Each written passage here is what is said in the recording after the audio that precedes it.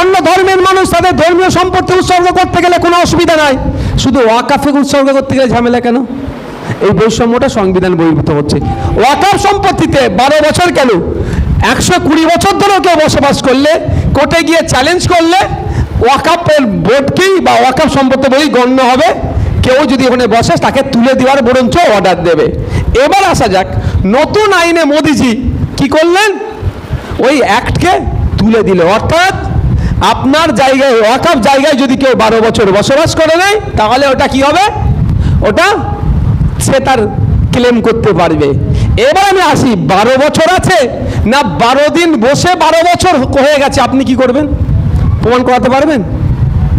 তাহলে কোর্টে যেতে হবে, সাক্ষী লাগবে, না ও 12 দিন বসেছে, না ও 6 মাস বসেছে, বা 12 মাস বসে 12 বছর বলছে। তাহলে ওয়াকাফ সম্পত্তিটা নিয়ে কেস কাবারি লিটিগেশনের দিকে ওয়াকাফ সম্পত্তি ছেড়ে দিচ্ছে। তাহলে উপকার করছে না অপকার করছে? এইবার আমি বলি আপনাদের একটা উদাহরণ দেবো। উদাহরণটা এটাই, পীর ঘোড়াচাঁদ আব্বাসী রহমতুল্লাহ আলাইহির মাজার হাড়োয়াতে আছে, দেগঙ্গা হাড়োয়া, জানেন তো? ওখানে ওনার মাজারের নামে 1000 বিঘে ওয়াকাফ প্রপার্টি, 1000 বিঘে। চুরি করতে করতে করতে করতে এখন মাত্র 5 বিঘে এসে ঠেকেছে, বাকি সব খেয়ে নিয়েছে। তাহলে 995 বিঘা সম্পত্তি এখন বেহাত হয়ে আছে। পুরাতন আইনে অর্থাৎ প্রিন্সিপাল অ্যাক্ট অফ 1995-এ বলা আছে যে ওই যে কোনো সময় ওই 995 বিঘা সম্পত্তি উদ্ধার করার ক্ষমতা ওয়াকাফ বোর্ডের আছে। শুধু সিট দ্বারা যুক্ত একটা সরকারের দরকার। সিট দ্বারা যুক্ত সরকার থাকলেই 995 বিঘা সম্পত্তি উদ্ধার করতে পারা যেত। এখন নতুন আইনে ওই জমির আশপাশে যাওয়া যাবে না, কারণ 2025 যে আইন করে দিয়েছে। তাহলে এটা উপকার করলো না ক্ষতি করলো মোদিজি? এবার এটা শুধু কি মুসলমানদের জন্য ক্ষতি হয়েছে?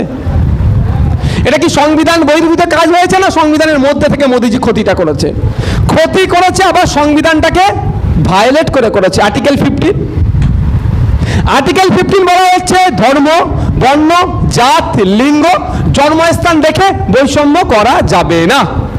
দক্ষিণ 24 পরগনার অন্যতম বড় মন্দির সাগরের, কি নাম বলুন না, কপিল মোড়ল আশ্রম মন্দির, ওই মন্দিরের যে জায়গাগুলো আছে সেই জায়গাগুলো এই ধরনের আইন দ্বারা পরিচালিত। হ্যাঁ, তার ধর্মীয় সম্পত্তি রক্ষণাবেক্ষণ, the Hindu religious endowment act, the Hindu religious endowment act হয়, বা আপনার আলাদা আলাদা প্লেসের আলাদা আসা, যেমন কাশী বৈশ্বনাথ মন্দির আছে, জানেন তো, বিখ্যাত মন্দির, ওখানে সম্পত্তি রক্ষণাবেক্ষণ কী হবে আলাদা আইন আছে। তো এখানেও আইন আছে। এই আইনের বলা আছে এই 107 ওই ইন্ডিয়ান লিমিটেশন অ্যাক্ট 1963 প্রযোজ্য হবে না।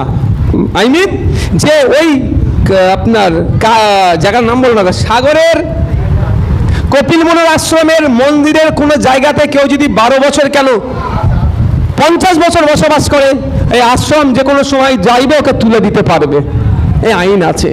আপনার এখানে যদি শিখ ধর্মের মানুষ থাকেন, খ্রিস্টানদের গির্জা যদি থাকে, সবার বলা আছে, সব আইন আছে আলাদা আলাদা। ওই আইনে বলা আছে যে খ্রিস্টানদের ধর্মীয় সম্পত্তি, হিন্দু ভাইদের দেবদেবীকে উৎসর্গ করা সম্পত্তি, যেই সম্পত্তি হোক না কেন ধর্মীয় ক্ষেত্রে যেগুলো আছে সেইগুলোতে এই 12 বছরের লিমিটেশন অ্যাক্ট এখানে কেউ প্রযোজ্য করতে পারবে না। অর্থাৎ তুমি দেবী সম্পত্তিতে, ঠাকুরের সম্পত্তিতে 50 বছর বসে থাকলেও ওই মন্দির কর্তৃপক্ষ চাইলে তোমাকে তুলে দিতে পারবে, কোর্টে গিয়েও তুমি সুরাহা পাবে না। তো এতদিন ওয়াকাফের জন্য ছিল, এখন মোদি এসে নতুন করে ওয়াকাফের থেকে এটা সরিয়ে দিল। তাহলে বৈষম্য হচ্ছে না? আমি মুসলমান, আমার সাথে বৈষম্য হচ্ছে। আর বৈষম্য করতে বারণ কে বলছে? সংবিধানের 15 নম্বর আর্টিকেল বলছে। তাই জন্যই তো আমি এটা এর বিরোধিতা করছি। দেখ, সময় স্বল্প, মাগরিবের নামাজ আছে। আবার মোদিজি যে আইন করে দিয়েছে, প্র্যাকটিসিং ইসলামের মধ্যে না থাকলে আপনি ওয়াকফে আওলাদও করতে পারবেন না, ওয়াকফে লিল্লাও করতে পারবেন না। এই আইনে বলা আছে 5 বছর আপনাকে প্র্যাকটিসিং ইসলামে হতে হবে। এই যে এখন নামাজ জামাতের সাথে পড়ছেন না, মোদিজি জানতে পেরে গেলে কিন্তু আর পারবেন না অভাব করতে। আর কি করছি না, সিরিয়াস বলছি আমি। কিন্তু একবারের জন্য বলেনি কোনো কারো ইচ্ছা গেল দুর্গা ঠাকুরের নামে 2 বিঘা সম্পত্তি উদ্ধার করবে, উৎসর্গ করতে গেলে 5 বছর তাকে হিন্দু থাকতে হবে। একবারের জন্য বলছে না গির্জাতে 1 বিঘে সম্পত্তি উৎসর্গ করলে 5 বছর থেকে খ্রিস্টান হতে হবে। একবারের জন্য বলছে না জৈন ধর্মের জন্য আপনি সম্পত্তি দিতে গেলে 5 বছর আপনাকে জৈন থাকতে হবে, হতে হবে। একবারের জন্য বলছে না আপনি আপনার গুরুদুয়ারাতে সম্পত্তি উৎসর্গ করবেন, দেবেন, তা 5 বছরের জন্য আপনাকে শিখ হতে হবে, এটা বলছে না। শুধু বলছে আপনি যদি ওয়াকফ করতে চান তাহলে কি হবে, আপনাকে 5 বছর মুসলমান হতে হবে। তাহলে এটা আমার সাথে বৈষম্য হচ্ছে।